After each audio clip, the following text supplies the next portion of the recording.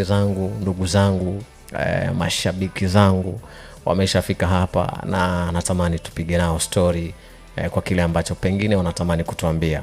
Kila itwayo leo unahitaji kuendelea kumshukuru Mwenyezi Mungu kwa kile ambacho ametenda kwako. Lakini kama bado utakuwa hauna mtu ambaye anakuweka busy kwenye mahusiano, basi unahitaji tu kusikiliza kipindi cha Wimbi la Mahaba ili kuona namna gani na ni vipi unaweza ukapata mwenza kupitia kipindi hiki. Tumekuwa na baadhi ya watu wengi sana ambao tayari wameshanufaika na wameshapata wenza wao kupitia kipindi hiki, na kwa hilo mimi sina shaka kabisa kwa kile ambacho tunakifanya. Baadaye nitaruhusu pia kupiga simu kwa ajili ya kuuliza swali lolote kutoka kwa mgeni ambaye tayari yuko humu ndani na natamani kumsikia. Plaza, mambo vipi? Mambo poa. Uko shwari? Niko shwari kabisa. Alhamdulillah. Karibu sana kwenye Wimbi la Mahaba. Asante sana. Karibu sana, na nimefurahi pia kukutana na wewe kwa ajili ya kile ambacho pengine tunatamani kukisikia kutoka kwako. Mimi pia nimefurahi kukutana na wewe tena. Okay. Ndio.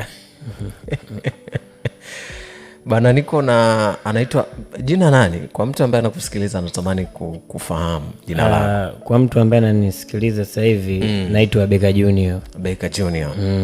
Okay, sawa. Wewe ni dereva lakini pia wewe ni msanii. Ni msanii, unaimba pia, si ndio? Okay, sawa. Tutakuja kusikia vitu vingi kutoka kwako, na hiki kipindi ni kipindi cha mahusiano. Uko kwenye mahusiano kwa sasa? Kwa sasa hapana. Haupo kwenye mahusiano? Sipo kwenye mahusiano. Kwa nini haupo kwenye mahusiano? Kwa nini sipo kwenye mahusiano? Nadhani nilikuwepo kwenye mahusiano ambayo yamenifundisha jinsi ya kuwa kwenye mahusiano. Kwa hiyo sasa hivi nimetulia ili nipate yule ambaye ananifaa kwenye mahusiano. Okay. Na haupo kwenye mahusiano kwa muda gani sasa? Mwaka umefika. Kwa sababu huyo mtu ambaye nilikuwa naye kwenye mahusiano alianza kuniacha taratibu. Okay. Mwanzo ilikuwa kama ndoto, ila mwisho wa siku ndio hivyo ikawa story kamili. Alianza kukuacha wewe au wewe kuna namna ulikuwa na mambo mengi? Yeye ndo ameanza kuniacha. Okay. Okay. Na umesema hauko kwenye mahusiano almost mwaka sasa. Ukiwa kama kijana, ukiwa kama binadamu, unakula, kuna vyakula ambavyo unakula na nini? Ndiyo. Unajikimu vipi kimwili sasa ukiwa kama ni kijana? Una miaka mingapi sasa hivi? Sasa hivi nagonga 25. Una miaka 25. Unajikimu vipi sasa ukiwa kama kijana? Kwa sababu kuna wakati unajisikia kuwa na mwenza wako na nini. Ile haja yako unafanyaje? Kwa sasa hivi bwana, nasema sisi ndo wale watu ambao tuliachwa kwa sababu hatuna pesa. Kwa baada ya kuachwa kwa sababu hatuna pesa, hatujawekeza kutafuta mpenzi mwingine, tukawekeza nguvu zetu kutafuta pesa. Okay, sawa. Umewekeza kwenye kutafuta pesa. Lakini tukizungumzia mwili unahitaji mahitaji yake. Unapohitaji mahitaji yake, wewe unajikimu vipi ukiwa kama kijana? Sasa kwa sasa hivi ni tofauti kidogo na zamani. Sasa hivi mwenyewe unaelewa swala la kujikimu, wapi unapoa. Okay, sawa. Kwa hiyo hauna mahusiano rasmi? Sasa hivi sina mahusiano rasmi kabisa. Okay, lakini ukitaka mtu ambaye umalize haja zako unampata? Unampata japokuwa kwa shida, hilo unampata. Okay. Na unapokuwa naye si kwamba umeweka kambi? Unaweza ukaweka kambi. Okay. Ila sasa unakuta hapa ambapo nimeweka kambi hapa sio.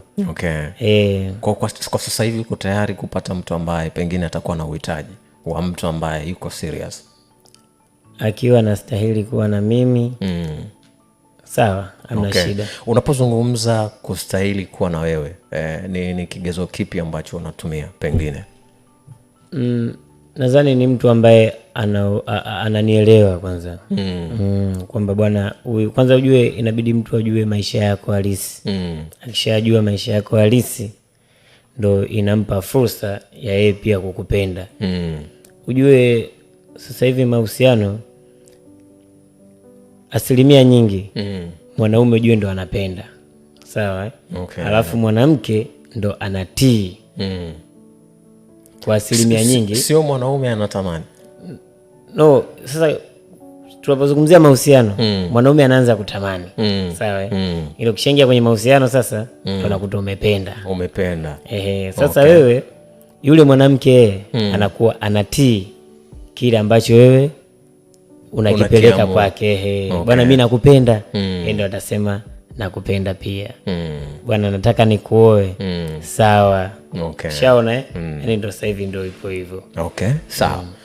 Na unapenda mwanamke wa aina gani? Mwenye kunielewa. Mwenye kukuelewa. Mwenye kunielewa. Vijana wa sasa hivi wanatamani kupata mwanamke ambaye atakuwa pengine ana sura nzuri, lakini pia ana rangi nzuri, ana umbo zuri, au ana muonekano mzuri kwa ujumla. Kiupande wako kuna baadhi ya watu wanapenda mwanamke mweupe, kuna mtu anapenda mwanamke chocolate, kuna mtu anapenda mwanamke mweusi na nini. Wewe unapenda mwanamke wa rangi gani na unapenda wa design gani? Mimi ni kijana, naendana na vijana wenzangu, sitaki kuwasaliti. Mweupe ndio. Yes, kwa sababu nikisema kwamba namtaka mwanamke wa design fulani, hiyo inaweza nisimpate. Ila at least awepo na vigezo walau 70% ambavyo mimi navitaka. Lazima awe mzuri. Okay. Lazima awe mweupe. Shepu uhakika. Okay. Okay. Kwenye mahusiano tayari ushakuwa kwenye mahusiano mangapi? Toka umejitambua una miaka 25 sasa hivi. Toka umeanza ujana wako na nini, ulishapita kwenye mahusiano mangapi? Ujue kuna ile mahusiano yale ya kizamani yale, ile tusihesabu. Ni moja.